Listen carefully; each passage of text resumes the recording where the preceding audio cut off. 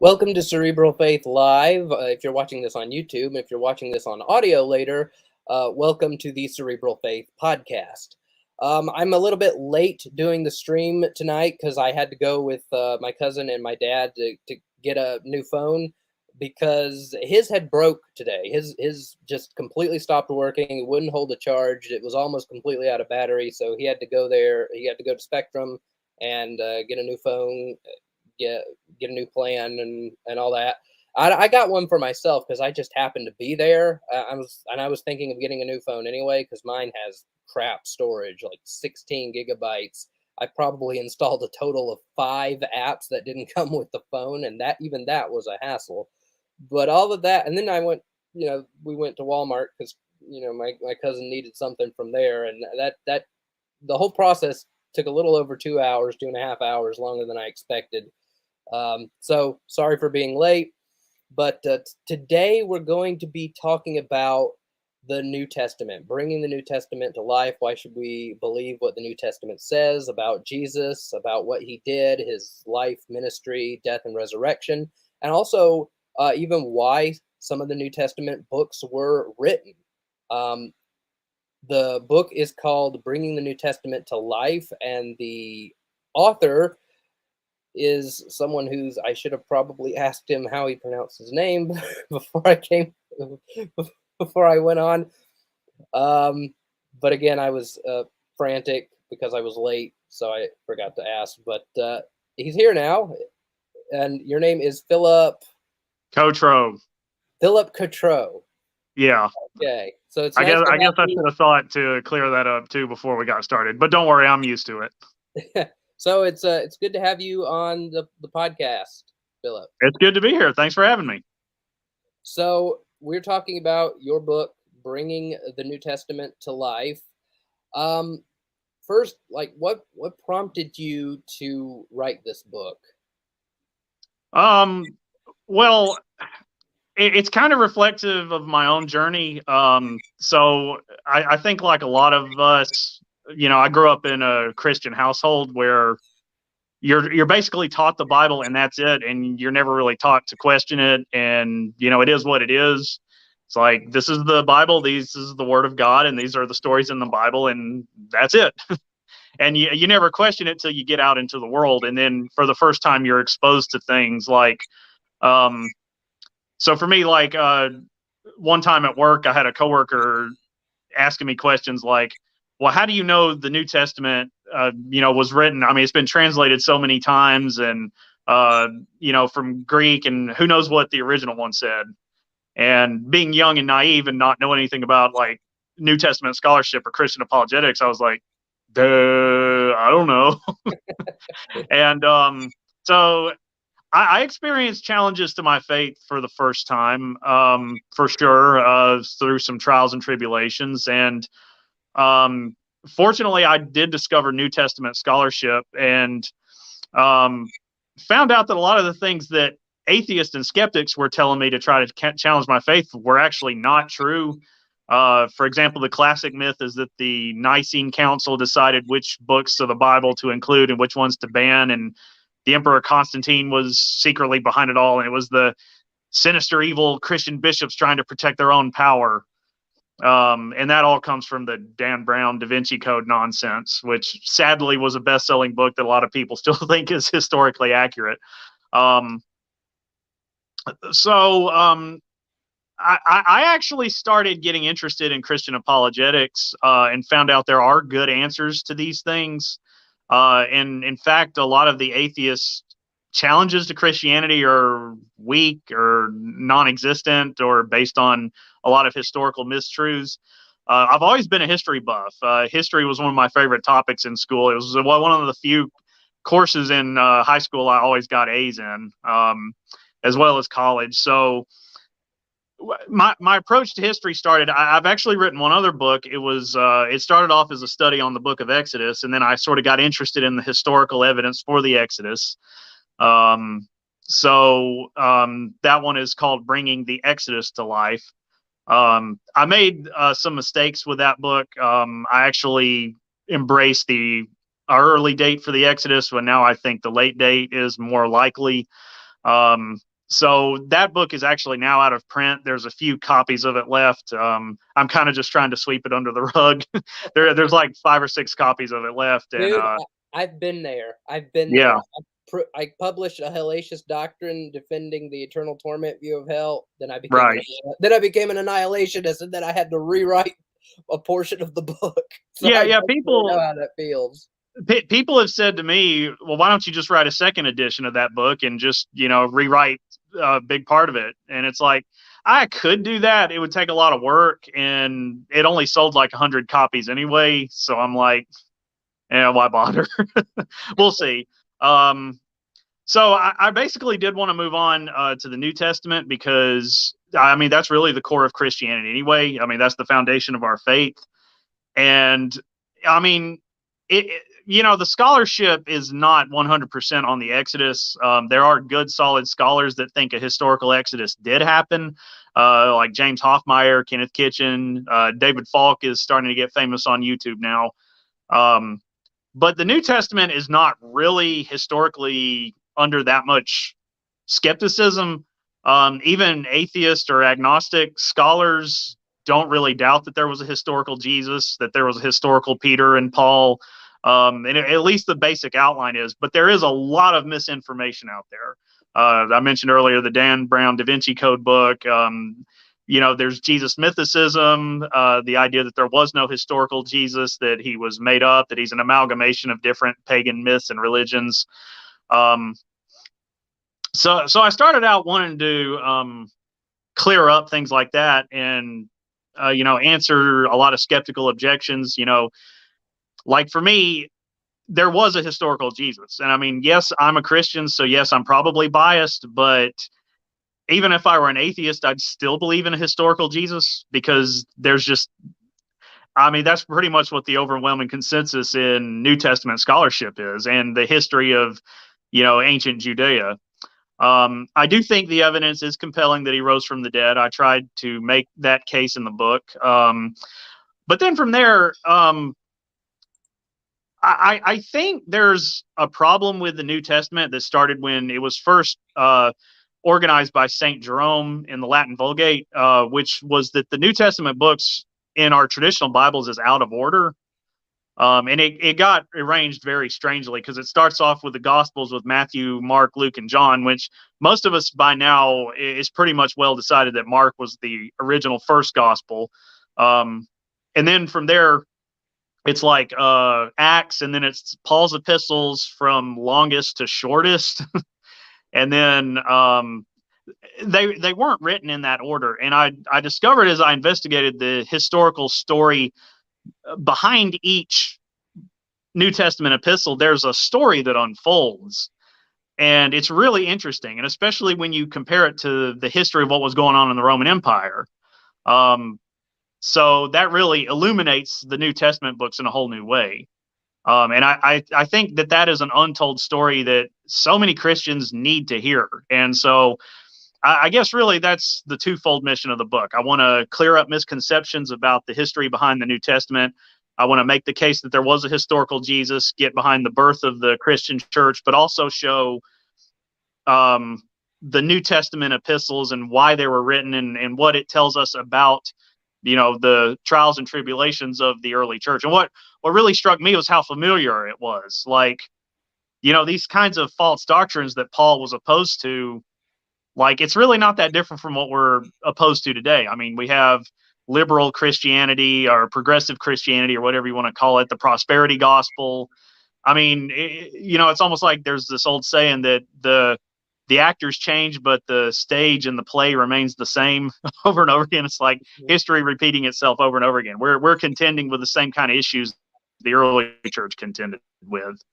So I would love people to see that and to basically just understand the New Testament a little better. I think Christians need to know the Bible better when it comes to history. And that's kind of a passion project of mine. So there's the book in a nutshell. There's my motives for writing it. Yeah.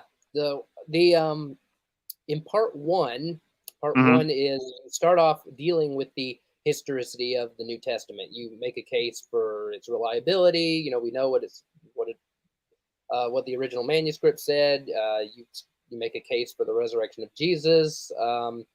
With regards to that first thing you do with the examination of the reliability of the New Testament manuscripts, tell us about that. How do we know the New Testament we read today is what originally was written down? I get this objection a lot from Muslims and Mormons.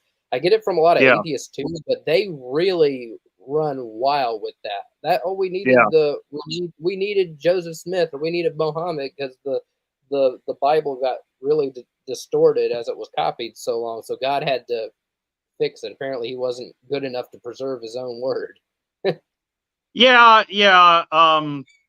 So I got that objection a lot too. I remember, like I said, you grow up in a Christian household and then you go out into the world. And I remember when I was in college and I heard these objections for the first time, my dorm room buddies that lived next door to me were asking me, like, well, hasn't the Bible been translated over and over and over again, and we don't have any possible idea what the original said?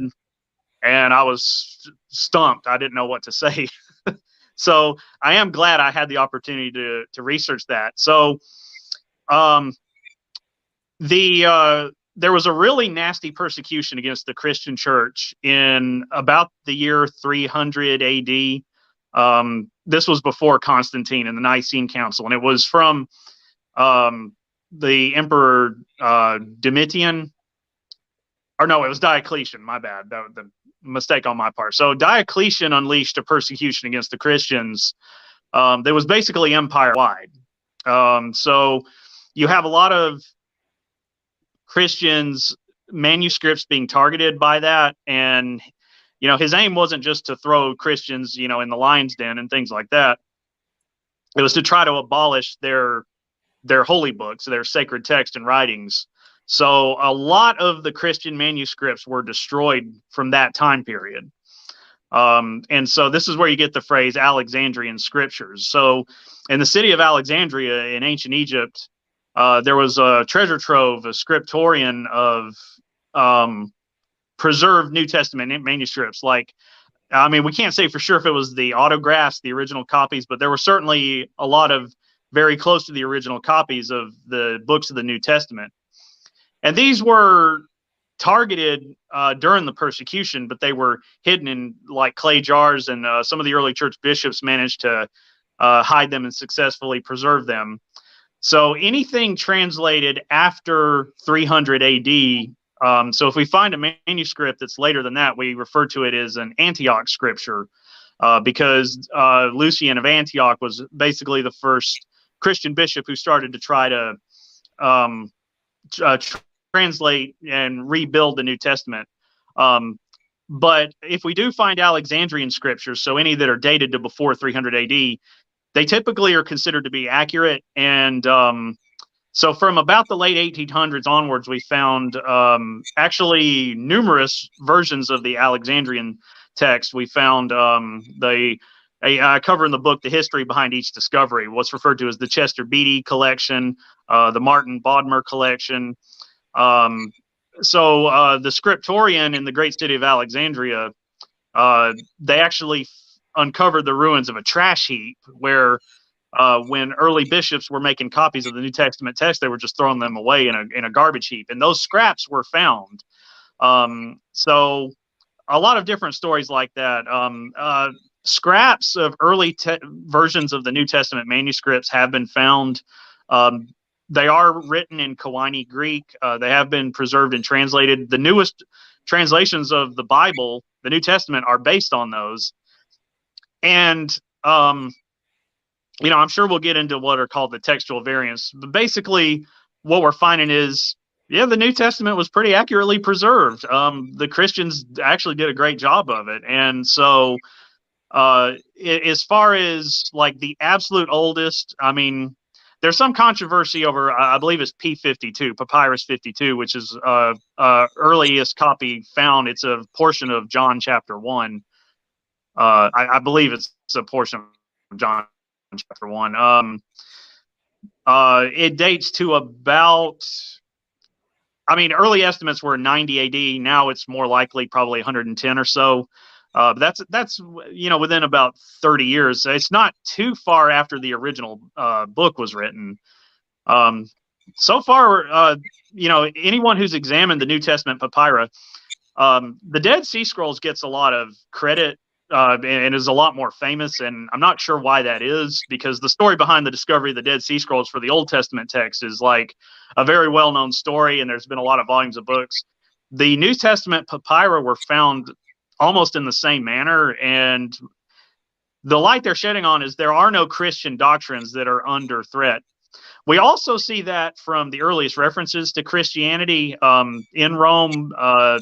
So when Pliny the Younger, for example, is writing to the Emperor Trajan, we find the first historical contemporary reference to Christians. And all we can piece together from that is, they believed that Jesus was God. They sang to him as if he was God. They met every Sunday and they held communion.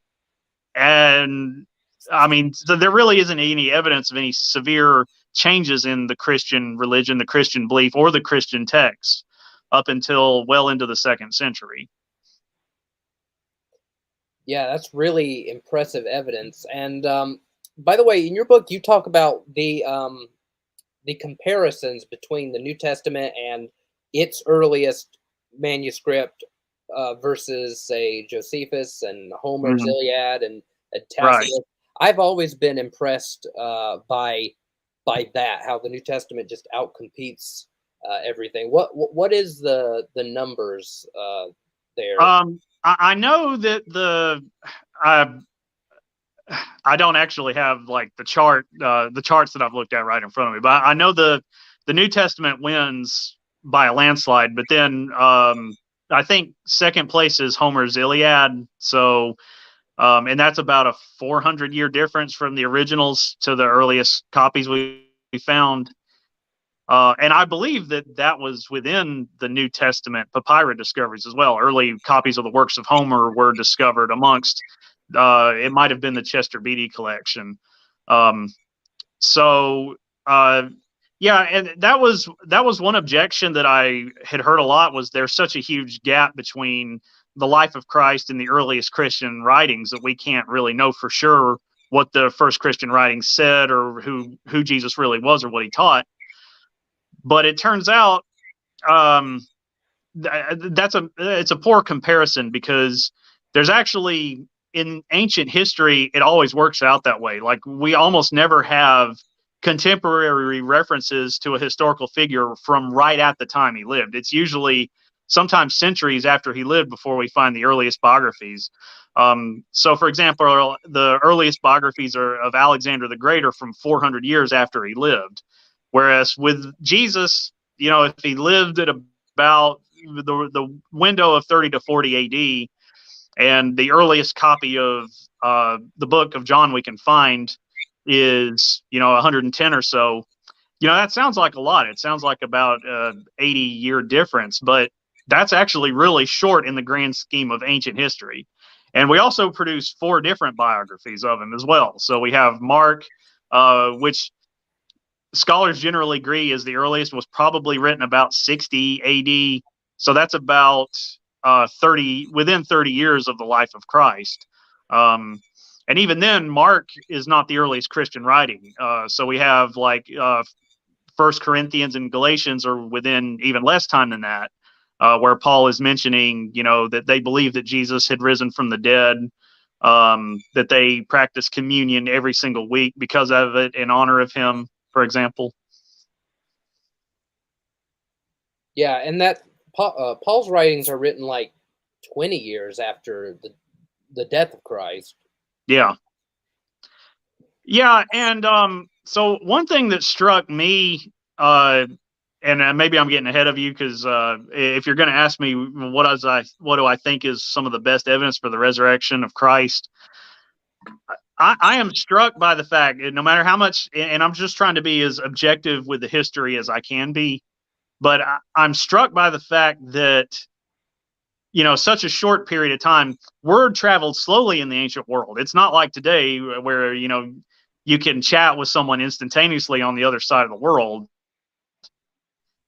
modern people, maybe we have a problem of thinking the world was always like that. But I mean, word traveled really slowly in the ancient world. And it's just startling to me that there was already a population of Christians following Jesus's teachings within, like you said, 15 to 20 years in the church at Corinth, which is not exactly close by to Jerusalem. I mean, it already traveled that far. And we do have a lot of historical references to a Christian population in Rome as well, which is just so far away from Jerusalem. It's just amazing to me. How did Christians who are willing to die for their beliefs end up spread that far away in the Roman Empire? Yeah.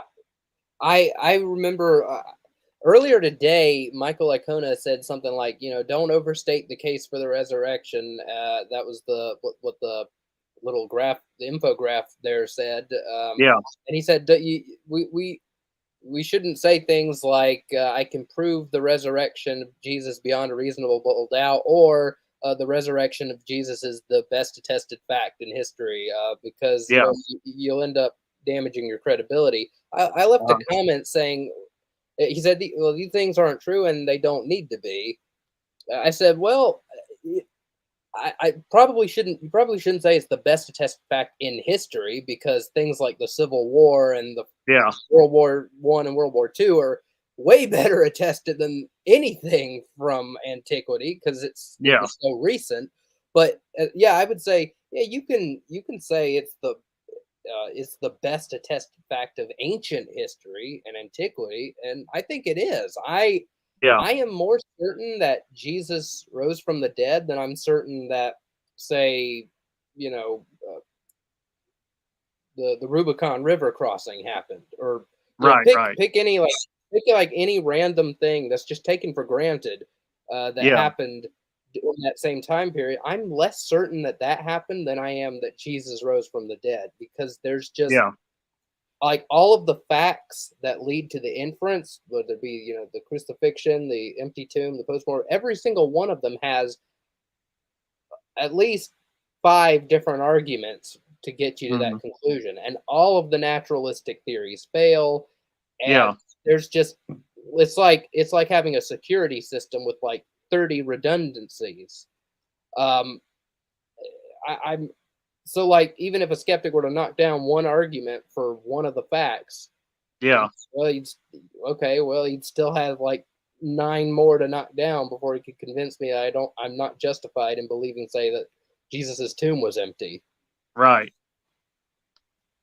Yeah, it's kind of like I don't know if you ever watch Neil deGrasse Tyson Star Talk on YouTube, his YouTube podcast. I find it interesting because he had an episode where he was addressing the moon landing was fake conspiracy theories.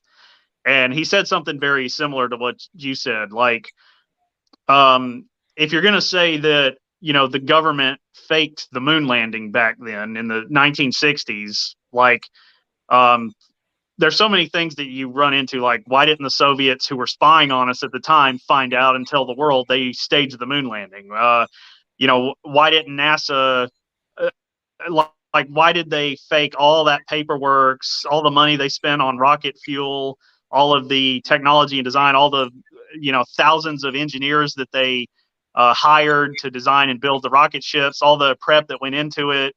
And even the photos on the moon, like the lighting and the shadows are such that you couldn't possibly fake it. They didn't even have the technology to doctor pictures like this. So you have to jump through all these mental hoops and gymnastics to say, okay, well, the government, took all this money and they fabricated all of this paperwork, and, all the rocket fuel they bought, they just bought it and didn't use it. And, somehow it was kept from the Russians in this massive conspiracy. And you have to pile, ad hoc explanations upon ad hoc explanations. Isn't it easier to just say we went to the moon? I mean, wouldn't it have been easier to just go to the moon than to do all that? And, I realized, with that same line of thinking, it's kind of the same way with the resurrection. It's like, what sort of hoops would the disciples have had to jump through to fabricate the resurrection of Christ? Like, I mean, did they slip Mickeys to the Roman soldiers, and then when the soldiers passed out, they rolled the stone away, they stole the body of Jesus, they hid it.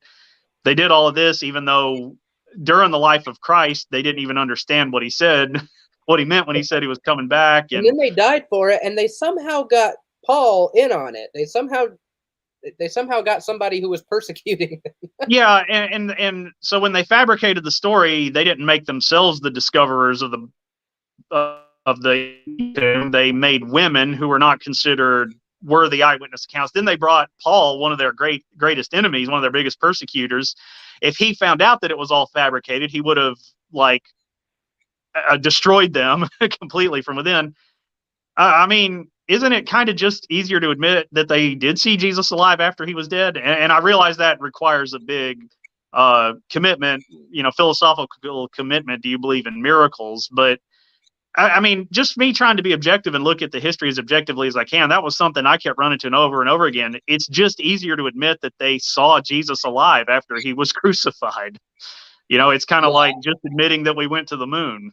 Honestly, in order to account for Jesus's empty tomb, his appearances to his disciples, his appearance to Paul, his appearance to James, the skeptic has to put together not multiple naturalistic theories in order to make it even semi-plausible, but the more naturalistic theories you put together, the more ad hoc it becomes. But also, some of these theories that didn't do so well by themselves alone, they still have those problems when they're, megazorded with these other naturalistic theories, like the hallucination theory. Well, you still have multiple groups on multiple different occasions, all seeing the same thing at the same time. Now, even if you think group hallucinations are possible, multiple times, okay, maybe you have one group of people see, Mary in the sky at Fatima, but every single day of the week with different people coming each and every time,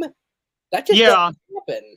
And then another question you bring up. So I know when we make these kinds of arguments, skeptics like to bring up like Elvis sightings, like people who think Elvis is still alive and try to use that as a comparison.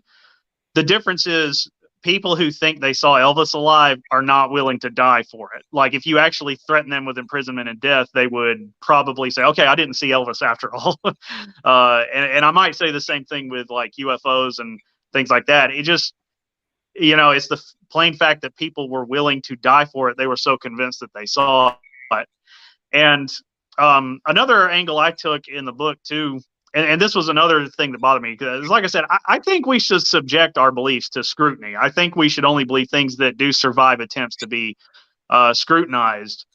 But I noticed that no matter how much scrutiny I tried to throw at the resurrection as a historical event, I couldn't.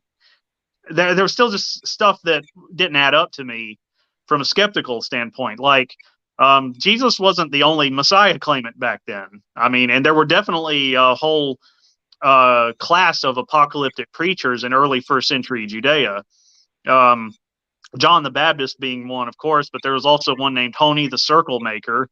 And then in the years following Jesus, there were definitely more people who claimed to be the Messiah. There was Simon Bar Kokhba, there was Moses of Crete, there was, and many of them had bigger followings in their lifetimes than Jesus did. I mean, they claimed that they were the Messiah, and they tried to do what the Jewish idea of the Messiah was going to be. They tried to lead a military uprising against Rome.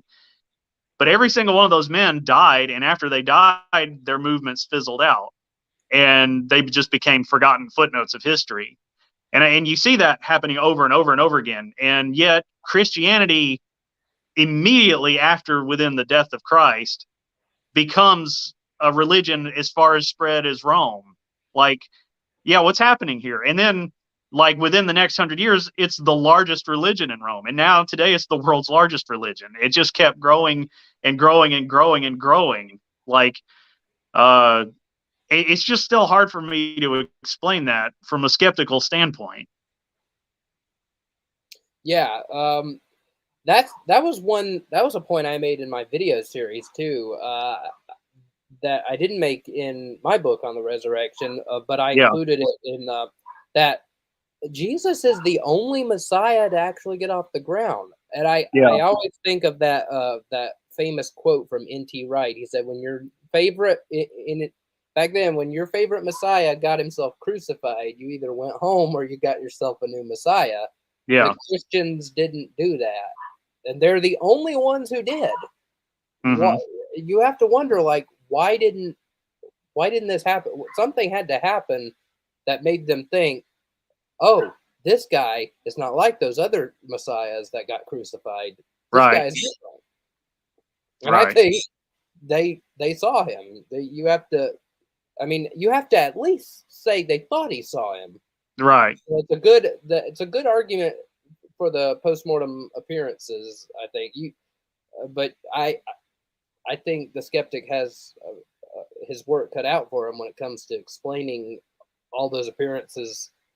Yeah. Naturally, the empty tomb is easier to explain than the appearances, because you could always just say, well, maybe somebody stole the body, or maybe a dog got in and kind of hauled it off and ate it. But I mean, a tomb is easy to explain away, but multiple different people on multiple different occasions seeing a man who was previously dead, that's not quite so easy to explain. Yeah. So, although the evidence for Jesus' resurrection is compelling, everything Jesus said and did was supposed to be in fulfillment of the Old Testament. Right. As a second temple Jew would call it, the law and the prophets. Mm-hmm. What does the Old Testament say the Messiah would do? And did Jesus actually do all those things? So, yeah, and that's a big part of the book, and that's something I really delved into, because we're not just trying to answer objections to Christ from atheists. We're also trying to answer objections from Jews who don't accept Christ as the Messiah. So, and I'm going to admit, I didn't think this up originally. I got this from Michael Heiser's book, The Unseen Realm. So I'll give credit where credit is due. So through major characters in the Old Testament, we kind of see a fragmented picture of the Messiah occur. So there's elements of what Jesus did in his ministry found in Adam, Jacob, Moses, and David. For example, all of those men are considered sons of God. Adam was a ruler and king over the Garden of Eden. He was a servant.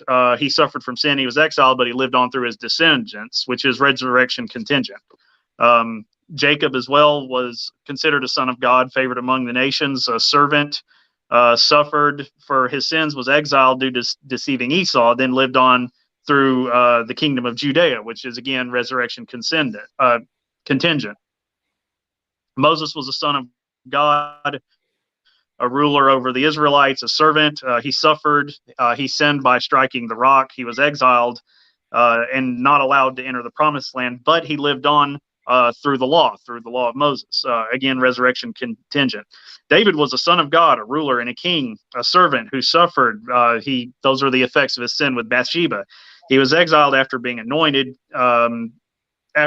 king. After he was anointed king, he was exiled because he was pursued by Saul.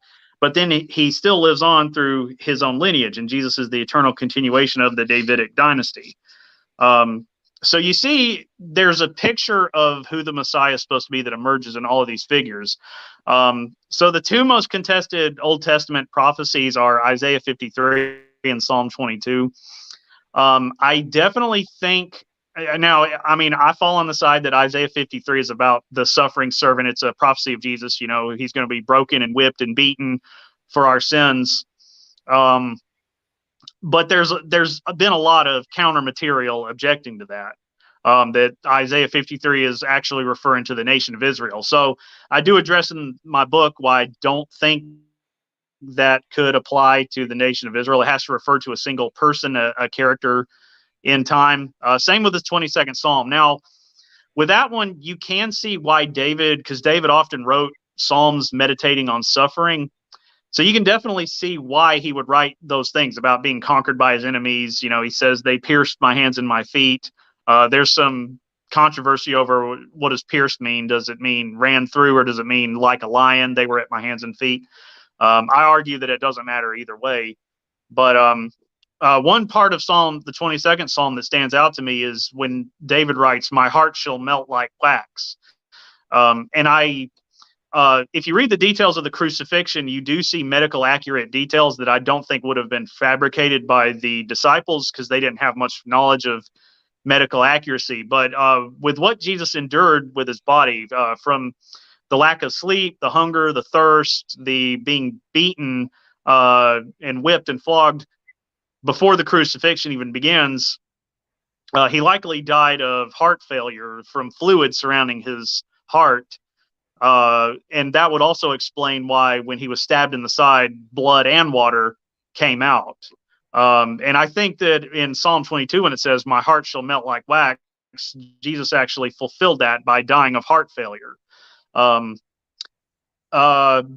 those are the two most famous passages, and those are also the most controversial. But there's a lot of other passages that I think get overlooked. For example, one very interesting Old Testament book to look at is Job, which Job 9:8 refers to Yahweh. I mean, it's referring to God as the one who treads upon the waves. Now, if you read later in Job, at the end of the book, in chapter 41, God is describing the Leviathan. Spoiler alert, the Leviathan is not the Loch Ness Monster or a fire-breathing dragon or an actual living dinosaur sea monster. It was this the most terrifying idol that was imaginable. This giant dragon that guarded the edges of the sea, was the god of the seas. And in most ancient cultures like Ugarit or Canaan or whoever, they had a version of this fire-breathing dragon that guarded the edges of the world. And if you drifted too far out to sea, you could run into this terrifying monster. So this was like a god of chaos. You know, it was the Latanu, it was the Leviathan. In Egypt, it was the Apophis. So the Israelites, in writing the Old Testament, describe it as a creature that only Yahweh can tame. And so we see that, he alone defeats the Leviathan. And I think that Jesus fulfilled that by walking on water in the New Testament.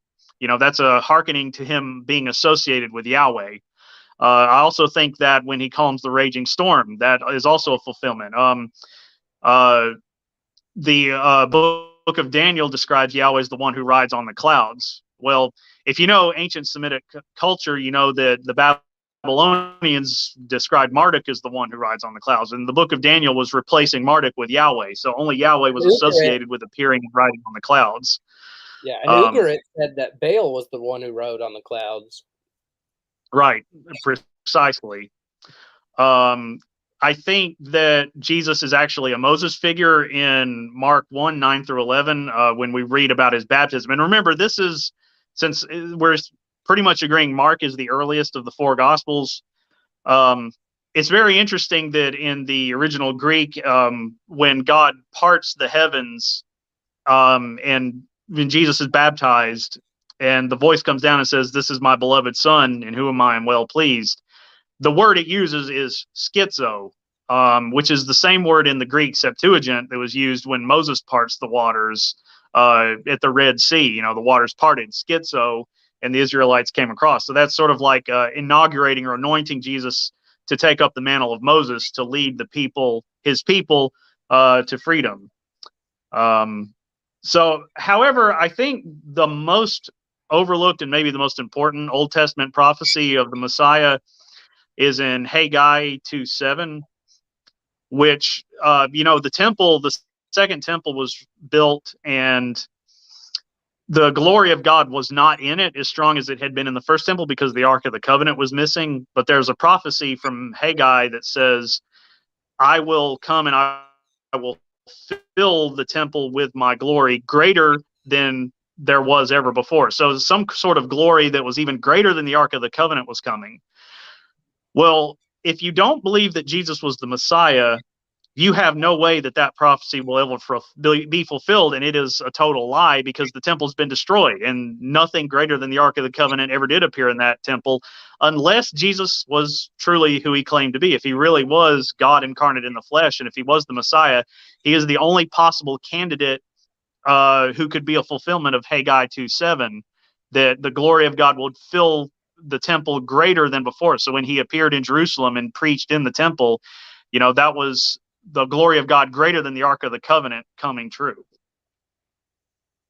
Yeah, and by the way, for those of you listening, what he said reminded me that the Gospel of Mark has a high Christology. And last week, episode 132, it's also here on the YouTube channel, I did a presentation showing, going through in chronological order, chapter order, showing how Mark presents just as high a Christology as Jesus, but it's just not as evident because a lot of people don't have that Old Testament background. When Jesus says, I am the Son of Man, I will be seated at the right hand of God and coming on the clouds of heaven, they just think, oh, Jesus is just going to come back someday riding clouds like Goku. Yeah. And like the whole treading on the waves thing in Job, that's missed. There's also an interesting Greco-Roman argument there. Mm-hmm. But this also really sort of prophesies that the Messiah would be God, doesn't it? Mm-hmm. Yeah. Now, many skeptics try to argue that the new Alexa, stop. She wouldn't have gone off if I wasn't late. We would have been done by now. Okay. That's my fault. Okay. So many skeptics, they try to argue that the New Testament abuse Old Testament scriptures. They take these Old Testament verses, sort of proof text, cherry pick them to sort of suit their needs to sort of prove that Jesus is the Messiah. Mm-hmm. And one example that's usually touted is Matthew's use of Hosea, where Hosea says, "Out of Egypt I call my son." And the skeptic will, well, hey, Hosea is actually not even looking forward in time. He's looking backward in time, and he's talking about Israel and the calling my son out of Egypt. That refers to the Exodus. And yet Matthew says it's about the future Messiah, and Jesus coming out of Egypt is in fulfillment of that. Mm-hmm. How would you respond to some of these objections of New Testament proof texting? So, I mean, for me, I think it sounds a little bit conspiratorial. I'm always careful, and this is me just trying to speak as a history buff, somebody who just loves to read about history of different topics. I never try to get into the head of the person writing the history and assume their motivations. I don't think it really matters as much as people think it does. So if you go back to the Old Testament prophets, did they actually know when they were writing this down that they were writing about Jesus and his name would be Jesus and he would be the Christ and he would come at this date? They may or may not have. We really have no way of getting inside their head and knowing that for sure. I mean, we don't have a time machine. We can't go back in time and ask Malachi or Micah or whoever what they thought. Hey, who are you talking about? Are you talking about Israel in the past? And they may even say, yeah, I was talking about Israel in the past. But, I guess it also gets into your definition of inspiration.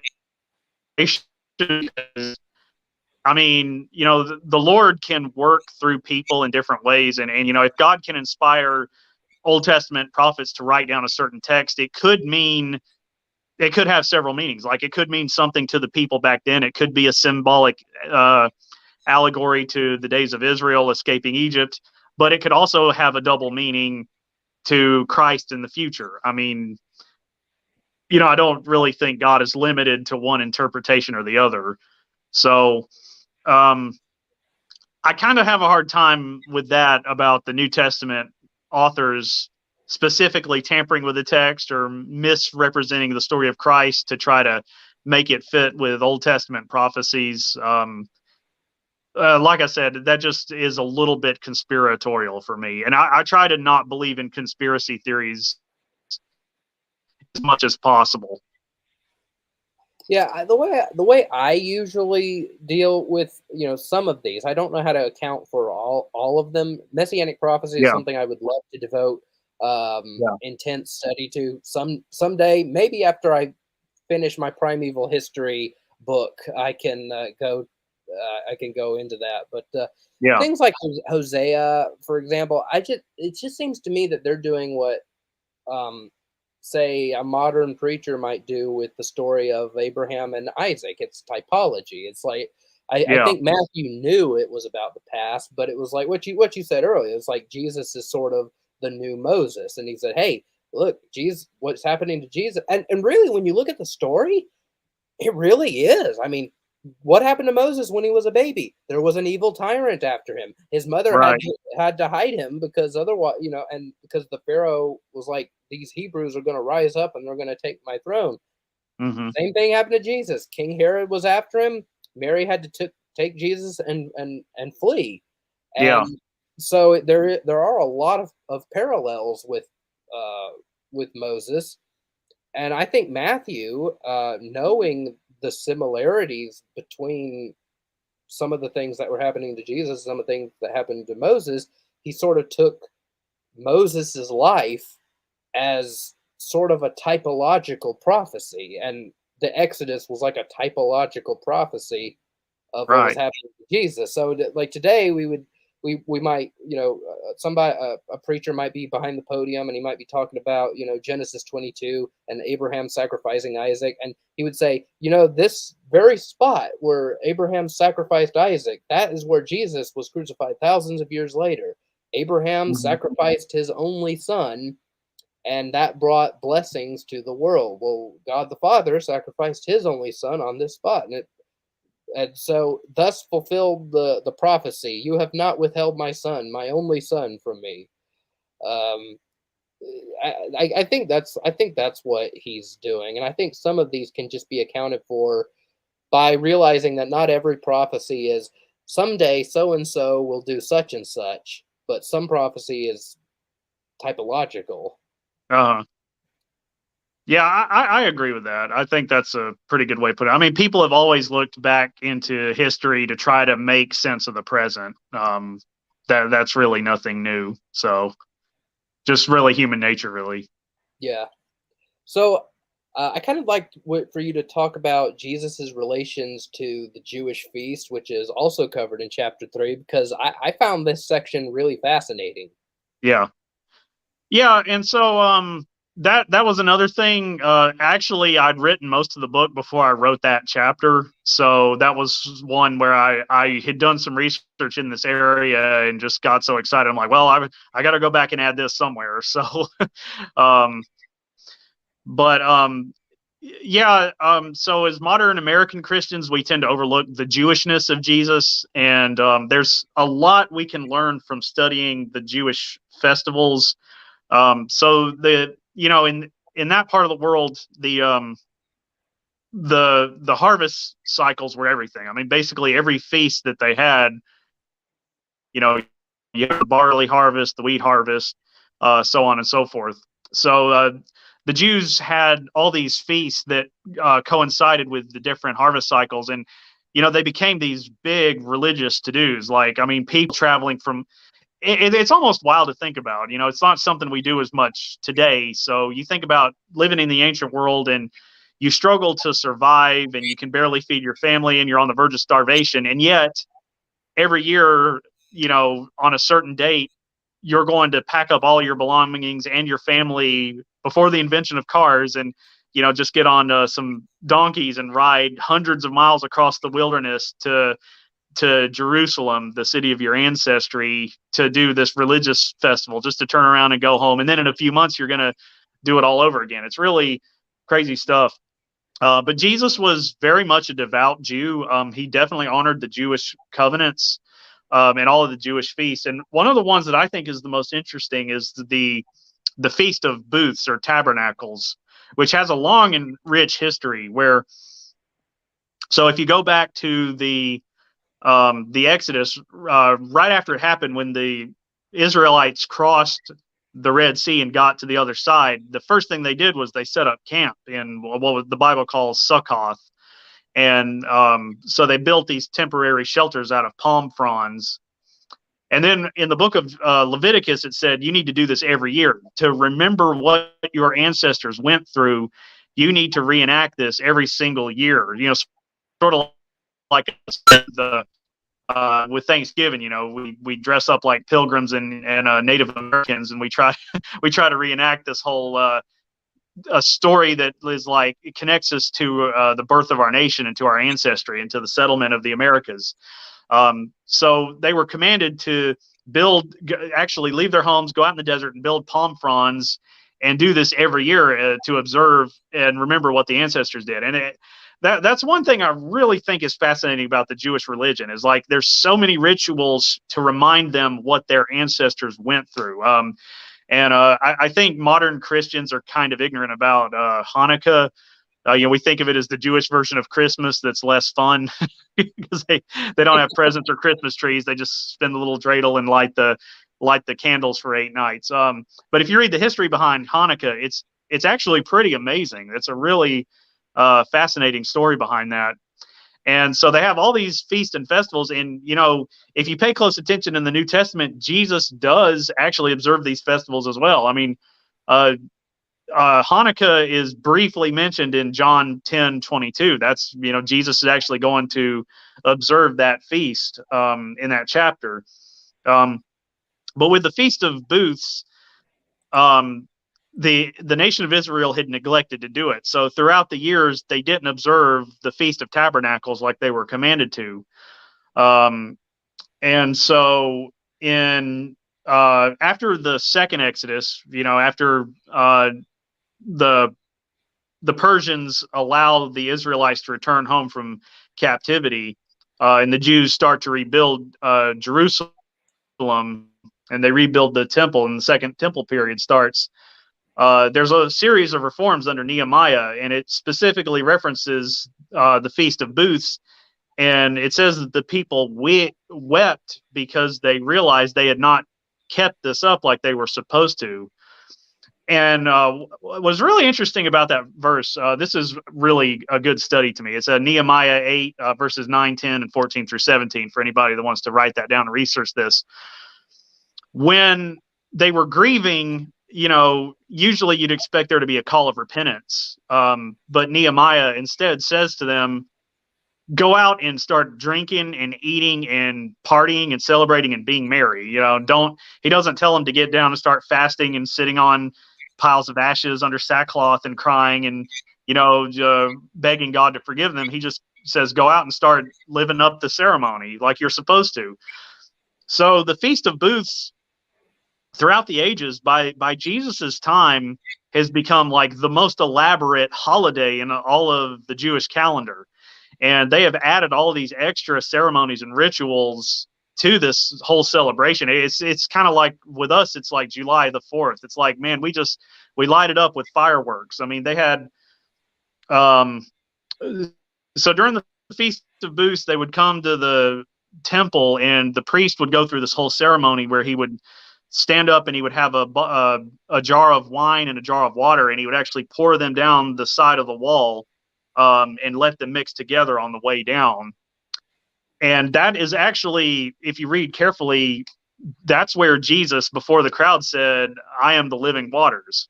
And so he used something that was actually going on to explain who he was to people.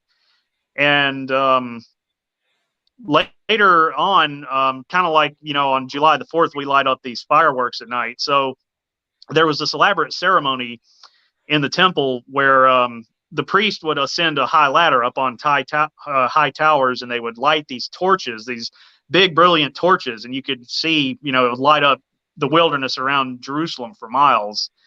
And so the people would kind of gather and watch that, and they'd sort of ooh and awe at these big lights that were being lit. And that is actually where Jesus said, I am the light of the world. So, you know, he had a captive audience. He had a group of people who had come to watch this. And then when he says that, you know, the Bible says the crowd was mixed on him. Like some people were like, wow, that's interesting. And who is this guy? Others were like, this man has spoken blasphemies. How dare he say such a thing? So the crowd was divided and received him with mixed results. Yeah, yeah, I really liked that section because I learned some things I didn't know before, which is always nice. Always nice to learn things that you didn't know before rather than just read stuff you've already known. Yeah. So this is a big question. This is a big question, and so I'm only going to ask. Uh, okay, you got like an entire section, like almost the entire second half of the book is Yeah. dedicated to the question, why was the New Testament written? Yeah, that Well, that that section ended up being a little bit longer than I expected. yeah, So yeah, but that was a really good section too because it provided the context, especially since a lot of the books were epistles, and they're really one-sided yeah. conversations. And with epistles, it can really help to know who was being written to and what was going on at that time, what was the culture like, even more so than say a gospel. But like, why is it important that we know why such and such a book was written? You know, the Gospel of Mark, First Corinthians, you know, or what have you. Like, why is it important that we even know it? Well, I really feel like the way that the church has interpreted a lot of the New Testament epistles is we're only seeing one side of a conversation. So we're reading Paul's letters in response to something, and we don't have historically the letter that was written to him with those questions. So I feel like we have a lot to learn by seeing what particular issues he was dealing with. And uh, there's a lot of scriptures we quote from the New Testament, from the epistles, that we take out of context because we don't realize, who the apostles were writing to and what they were trying to say, what sort of message they were getting across. And I think for that reason, we get into a lot of misunderstanding of Paul's writings. We've had the past century, there's been a lot of legalism. I know uh, in my own history, theology, we got really bad about banishing women from cutting their hair or wearing makeup about 100 years ago. So you could tell Pentecostal women because they never had any makeup on. They had hair all the way down, all the way down, and they only wore long dresses, based on complete misunderstandings of what the writings of Paul were all about. There's definitely a real controversy going around about, can women be bishops? Can they be pastors?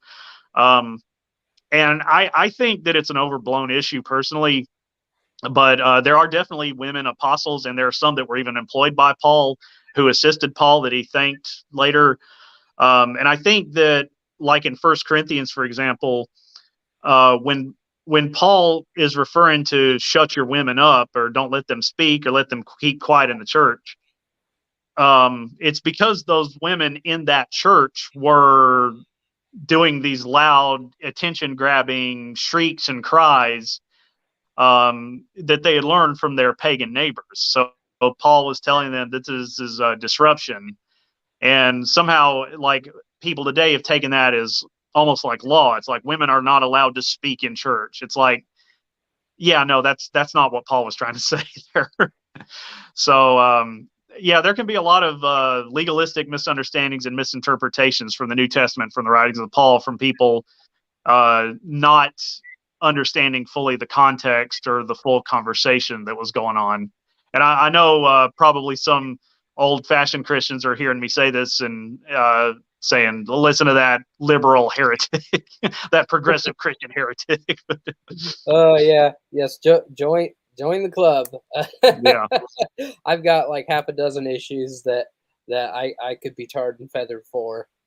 Yeah, Although actually, I this is guess just as a side note. For me personally, the most controversial things I've ever said were attacking young Earth creationism. Like, I haven't gotten too much controversy over the legalism stuff and misunderstanding Paul, but when I wrote a blog once that the behemoth and the Leviathan from Job 40 and 41 were not dinosaurs, man, they came after me for that one. yeah, that's probably. I think that would probably be not being a young Earth creationist. That's probably the worst thing. Other things can get people riled up too, but like Yeah. That's like, oh my gosh, you wanna start a fight? Yeah. That's how you start a fight. So, so to give your future readers a taste of what is to come, oh, I already. For example, let's just pick like one book. I know you kind of got into this a little bit. Well, like why? What was the purpose of say one New Testament book? Why was that written? And I'll let you choose whichever one you Um. want to talk about. So like one that I think is interesting is Romans because there's a real interesting history behind that with the Emperor Nero. So I sort of delve into the backdrop of the Great Fire of Rome, which broke out in 64 AD, how it burned through. Now, I don't. The historical misconception is that the Emperor Nero was playing his lyre on the roof while the city burned in the background. That's actually not true. That's part of just the legend that's emerged from that over time. He wasn't even in Rome at the time when it happened. Rome's sanitation was really, really poor. It was really overcrowded, and the living spaces were really cramped. And it was basically there was a fire waiting to happen. It was a disaster waiting to happen. Um, so when the city burned, the Emperor Nero, he actually could have been remembered as a hero, but when he helped with the reconstruction process and he was clearing away the debris from the fire, he then tried to build a temple to himself, praising himself for his great reconstruction efforts. So that's when the conspiracy theory started that he had actually been behind it and had been just this plan to destroy and kill all these people to build a monument to himself. So that's when he began to blame the Christians for the fire. And I don't think Nero necessarily hated Christians like, oh, I got a real grudge against these people. I got to get rid of these people. I think that they were just a convenient target in Rome. But you definitely see some of the most brutal early persecutions taking place then when Nero was taking Christians and lighting them on fire and using their burning bodies on poles to light his gardens at night. And as a result, you see a lot of the Jewish Christian population leaving because there was a high population of Jews in Rome. And the first Christians, like the foundation of the Christian church in Rome, had been pretty much all Jewish. So a great portion of the Jews were leaving the Christian movement and going back to Judaism because they're like, we can't handle this. This persecution is just too tough for us. This is hard. I didn't sign up for this kind of life. So I think the book of Romans from Paul is actually a plea for them to come back. And did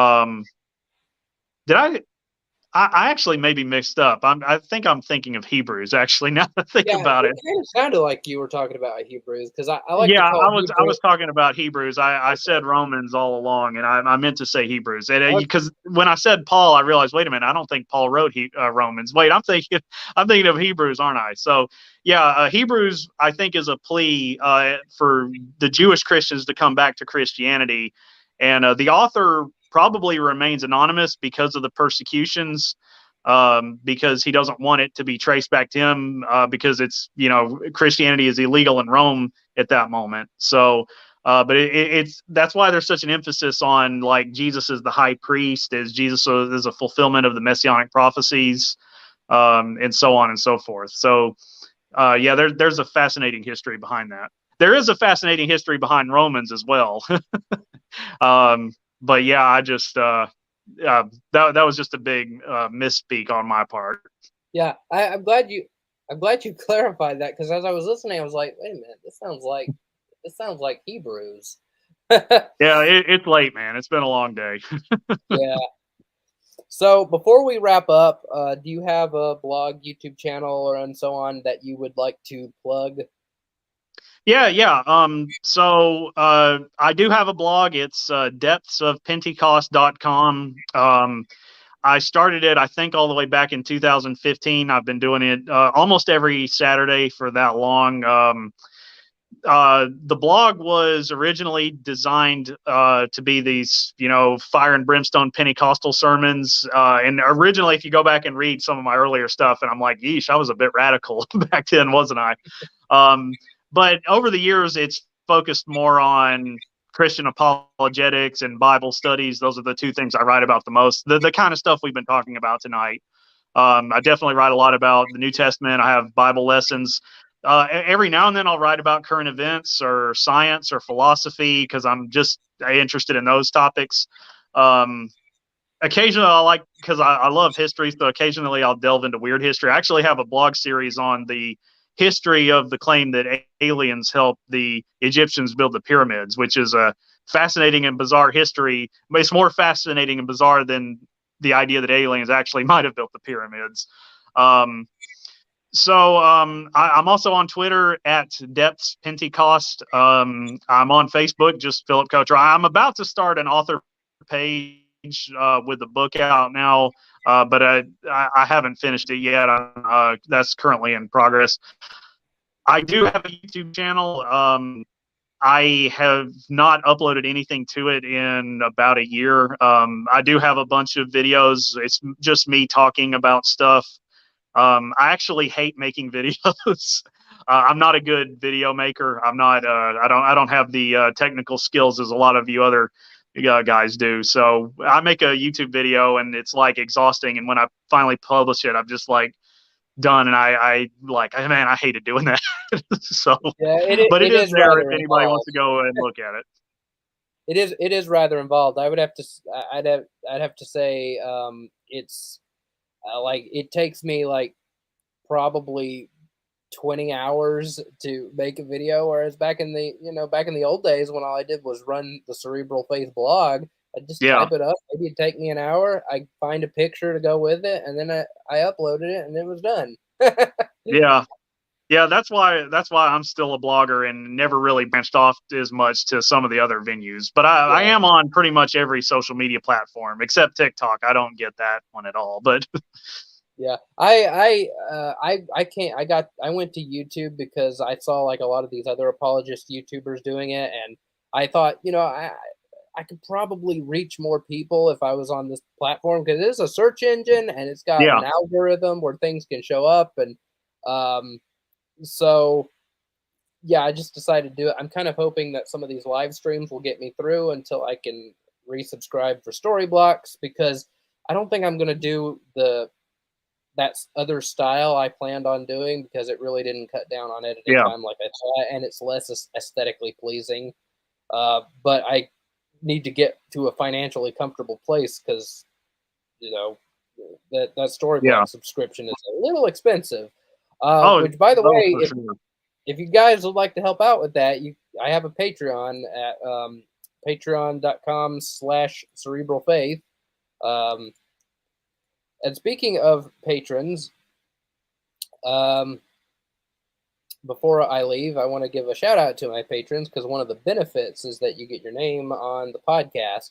I Yeah, want to give a shout out to David Shannon, Red Blade Flames, Steel Cat, Andrew Melnick, Nathan Hamilton, Jordan D. Hampton, Brandon Whitaker, and David Parrish. And if you'd like to be a Cerebral Faith patron, go to patreon.com/Cerebral Faith. And if you want a copy of Philip Cottraux's book, all you have to do is go on Amazon.com and just type in his name or type in the title of his book. It is Bringing the New Testament to Life. yes, please And do that. I don't have Patreon. If you want to support me financially, go buy a book, please. yeah, so all you have to do is just type the name of the book into Amazon. I pulled it up. It was the first result there, and it's $2.99 on Kindle. It's $14.99 on paperback. I'm a bit of a digital guy myself, so I got the Kindle edition. But the paperback is $14.99, and go pick up yourself a copy to go in more depth about the stuff that Philip's been going through tonight. By the way, going forward, I am going to try to do these Cerebral Faith live streams on Saturday nights. I think that's going to be consistent because I don't usually, ever since I got this second shift job at Dollar General, I have not had to work on Saturdays. Sundays, yes. Saturdays, not even once. So unless I have to cover somebody's shift and cancel, I think this is probably the safe date for me to start scheduling them. So, but I do recommend that you turn on notifications anyway. That's the best way to know when I'm going to be going live, unless I'm late. And you can also follow the Cerebral Faith Facebook page. I always post them as soon as they go up, and that's a good way to keep up with these live streams. And yeah, so we didn't have a live Q&A session. Probably I was too late and everybody thought I was canceled, but maybe next time. Anyway, bring it. Yeah. Anyway, peace out. God bless, and keep using the brains that God gave you.